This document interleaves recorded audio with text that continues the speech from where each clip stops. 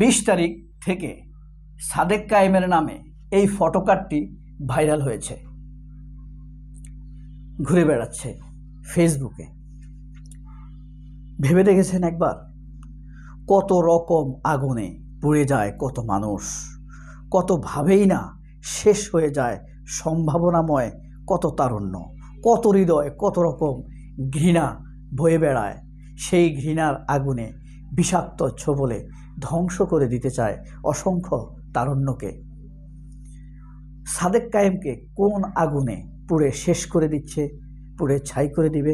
সাদেক কায়েমের মতো সম্ভাবনাময় তরুণ উদীয়মান নেতৃত্বকে ধ্বংস হয়ে করে দিতে চায় কারা? কোন আগুনে পুড়ে জ্বালিয়ে পুড়িয়ে শেষ করে দিচ্ছে সম্ভাবনাময় তারুণ্য সাদেক কায়েমকে? প্রিয় বন্ধুরা, ধীরে ধীরে আমরা সবগুলো বিষয় কিন্তু জানব। সবার আগে আমরা একটি জিনিস জেনে নিই। আজকে ভোর 5টায়, অর্থাৎ আজ 22 জানুয়ারি 2025 বুধবার ভোর 5টায় জুলকারনাইন সায়ের স্বামী এই পোস্টটি দিয়েছেন সাদেক কায়েমের জন্য। দেখেন তিনি কি লিখেছেন, একটু মনোযোগ দিয়ে শুনুন। রিউমার স্ক্যানার টিমের অনুসন্ধানে জানা যায় মোহাম্মদ আবু সাদেক কায়েম ছাত্রলীগের অনুপ্রবেশ নিয়ে এমন কোনো মন্তব্য করেননি এবং বাংলা আউটলুকে উক্ত দাবিতে কোনো ফটোকার্ড প্রচার করেননি, বরং বাংলা আউটলুকে প্রচলিত ফটোকার্ডের ডিজাইন নকল করে ভুয়া এই দাবি প্রচার করা হয়েছে, যেই কার্ডটি ভাইরাল হয়েছে। অনুসন্ধানে আলোচিত ফটোকার্ডটি পর্যবেক্ষণ করে দেখা যায় এতে বাংলা আউটলুকের লোগো এবং এটি প্রকাশের তারিখ হিসাবে 20 জানুয়ারি 2025কে উল্লেখ করা হয়েছে। উক্ত তথ্যসূত্রে ধরে বাংলা আউটলুকের ভেরিফাইড ফেসবুক পেজে প্রচারিত ফটোকার্ডে পর্যালোচনা করে উক্ত শিরোনাম সম্বলিত কোনো ফটোকার্ড খুঁজে পাওয়া যায়নি। অর্থাৎ বাংলা আউটলুকে এরকম কোনো ফটোকার্ড নেই। এছাড়াও বাংলা আউটলুকের ওয়েবসাইটে, ইউটিউব চ্যানেলে, অন্য কোথাও গণমাধ্যমে উক্ত দাবির বিষয়ে কোনো রকম কোনো ফটোকার্ড খুঁজে পাওয়া যায়নি। তবে 21 জানুয়ারি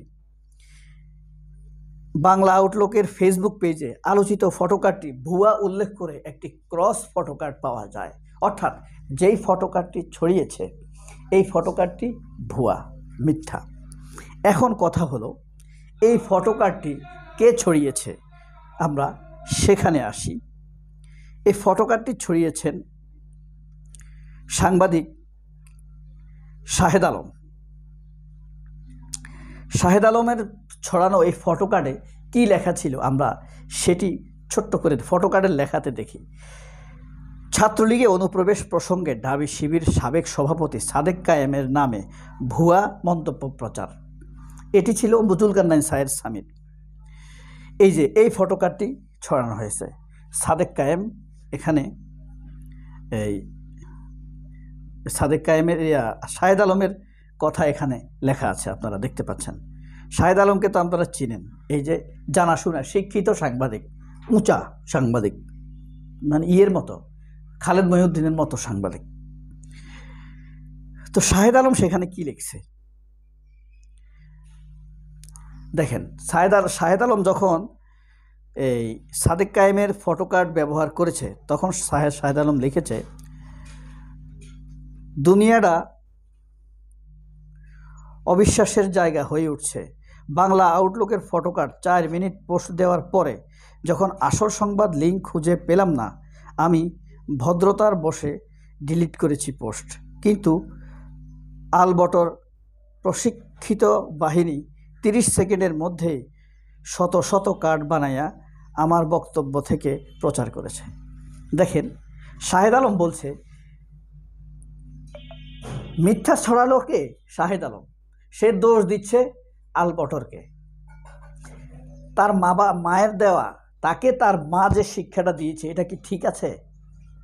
তাকে তার বাবা যে শিক্ষা দিয়ে গিয়েছে সেটাই বা কি ঠিক আছে? অথবা সে যেখানে পড়েছে সেখানে যে শিক্ষা পেয়েছে সেই শিক্ষার ফসল কি এটা? একটা মিথ্যা সংবাদ ছড়ালো সে, তার কোনো খবর তথ্যের উপরে কি আর নির্ভর করা যাবে? যাবে না। এরপরে দেখেন শাহেদ আলম আসলে সেখানে কি লিখল। বাংলাদেশে একটু চালাক না হলে আসলে চলা মুশকিল। 3 আগস্ট, 3রা আগস্ট থেকে 5 আগস্ট যদি আন্দোলন সফল না হতো তাহলে মির্জা গালিবের মতো আমরাও কোনো ইউনিভার্সিটির শিক্ষক হওয়ার জন্য বাইরে পালিয়ে যেতাম। একটু চালাক না হলে চলা মুশকিল, এটি শাহেদ আলম লিখে সাদেক কায়েমের ছবিটি ব্যবহার করেছে। এই যে দেখেন পরে বাংলা আউটলুক এই ক্রসটি ব্যবহার করেছে, দেখতে পাচ্ছেন যে এটি ভুয়া, অর্থাৎ শাহেদ আলম যা ছড়িয়েছে সেই ফটোকার্ডটি ভুয়া, মিথ্যা ছড়িয়েছে। এখন এই যে শাহেদ আলম দেখতে পাচ্ছেন, এই শাহেদ আলমের অতীতে যতগুলো খবর ছড়িয়েছে তার 2-1টি সত্য, বেশিরভাগই মিথ্যা, বানোয়াট, তথ্যসূত্র নেই তার কথাবার্তার। আমি তার প্রথম ভিডিও যখন শুনি তখন ইরানের জেনারেল কাসেম সোলাইমানি শহীদ হয়েছিলেন, মনে আছে আপনাদের? 2000 সালের 1 জানুয়ারি কাসেম সোলাইমানিকে শহীদ করা হয়। কাসেম সোলাইমানিকে নিয়ে শাহেদ আলম একটি ভিডিও বানিয়েছে, সেখানে বলেছে কাসেম সোলাইমানি দ্বিতীয় সর্বোচ্চ ক্ষমতাধর ব্যক্তি। এই কারণে ইরানের সর্বোচ্চ নেতা খোমেনি বা খোমেনির গ্রুপ তাকে প্রতিদ্বন্দ্বী ভাবত, তো সন্দেহের দিক সেদিকেও যেতে পারে। 1 নম্বর হলো এই শাহেদ আলম যা বলেছে সেই তথ্যটি সঠিক নয়। কাসেম সোলাইমানি কোনোভাবে ইরানের দ্বিতীয় ক্ষমতাধর ব্যক্তি নয়। ইরান সবসময় তাদের সংবিধানে বলে আল্লাহ সর্বশক্তিমান, আর ইরানের জন্য আল্লাহ মনোনীত করেছেন খোমেনিকে, অর্থাৎ খোমেনি দ্বিতীয়। আর ওই কথা যদি বাদও দেয় সংবিধান, খোমেনিকে যদি আপনি 1 নম্বর ধরেন তাহলে দ্বিতীয় ক্ষমতাধর ব্যক্তি হলো তাদের শুরা সদস্যের যে সভাপতি মজলিস, পরামর্শ সভা, তিনি কিন্তু প্রেসিডেন্ট না। মানে ইরানের সবচেয়ে বেশি ক্ষমতা তো খোমেনির ভিজুয়ালি আল্লাহ তাআলার পরে। এখন পরবর্তী তার প্রতিদ্বন্দ্বী হইলে তার যে 6 সদস্যের পরামর্শ সভা আছে তারাই হবে ক্ষমতা, তাদের কথাতে প্রেসিডেন্ট বাদ হয়ে যায়, সেনাপ্রধান বাতিল হয়ে যায়, পররাষ্ট্রমন্ত্রী বাতিল হয়ে যায়, হ্যাঁ, সেনাবাহিনীর কুদস বাহিনীর বাতিল হয়ে যায়, তাদের এক কথা, এত ক্ষমতা, প্রেসিডেন্টেরও এত ক্ষমতা নাই। তাহলে পরামর্শ সভা হলো তার প্রতিদ্বন্দ্বী, সোলেমানি নয়। এটা ছিল শাহেদ আলমের মন গড়া ধারণাপ্রসূত তথ্য। আর খোমেনি সোলেমানিকে মারতে পারে এটা তো এমনিতে অবিশ্বাসযোগ্য, এখন তো প্রমাণিত হয়েছে এমনিতেও। তো এই হলো শাহেদ আলমের অবস্থা। এভাবেই অসংখ্য তারুণ্য আমাদের কাছ থেকে হারিয়ে যায় হিংসায়। মানে একটি তারুণ্য উঠছে প্রশ্নাতীত, প্রশ্নহীন, স্বচ্ছ। বাংলাদেশের কোনো মিডিয়া, কোনো রাজনৈতিক ব্যক্তি সামান্যতম প্রমাণ করতে পারেনি শিবিরের ছেলেরা ছাত্রলীগ করেছে বা ছাত্রলীগের ভিতরে ছিল, পদপদবী ছিল, কেউ প্রমাণ করতে পারেনি, সামান্যতম না। অথচ বারংবার শাহেদ আলম সহ কয়েকটি লোক এই মিথ্যাটা ছড়িয়ে দিচ্ছে। তাদের জন্য কি আমাদের গালি প্রযোজ্য? না, গালি প্রযোজ্য না। অভিশাপ প্রযোজ্য? না, তাও প্রযোজ্য না, দরকার নেই। তাদের বিচার আল্লাহ খুব দ্রুতই করে ফেলবেন, খুব দ্রুত, একদম দেরি হবে না।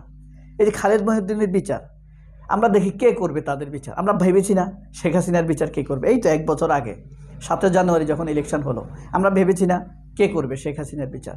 কিন্তু আল্লাহ তাআলার ক্ষমতা এতই বেশি, চট করে একটা ইশারা দেন আর ঘটনা ঘটে যায়। জুলাই আগস্টের কয়েকটি দিন মাত্র শেখ হাসিনার রক্ত যেখানে আছে সেখান পর্যন্ত আল্লাহ নাড়িয়ে দিচ্ছেন ইউনূসকে দিয়ে। এদের বিচারও সেভাবে হয়ে যাবে। আমরা হয়তো ভাবছি সাংবাদিক কিছু করা যাবে না, বলা যাবে না, হ্যাঁ, এই সেই নানান ঝামেলা। নো, বিচার অবধারিত হয়ে যাবে। খালেদ মহিউদ্দিন বলেন আর শাহেদ আলম বলেন, আল্লাহ হাফেজ। শাহেদ সাদেক কায়েমের জন্য দোয়া, ভালোবাসা। মজলুম হিসাবে সে এখনও মজলুম, মিথ্যাচার তাকে ঘিরে ধরেছে, হিংসা বিদ্বেষ তাকে ঘিরে ধরেছে। আল্লাহ যেন সূরা নাসের মাধ্যমে তাকে মুক্ত করে দেয়। আল্লাহ হাফেজ। আসসালামু আলাইকুম।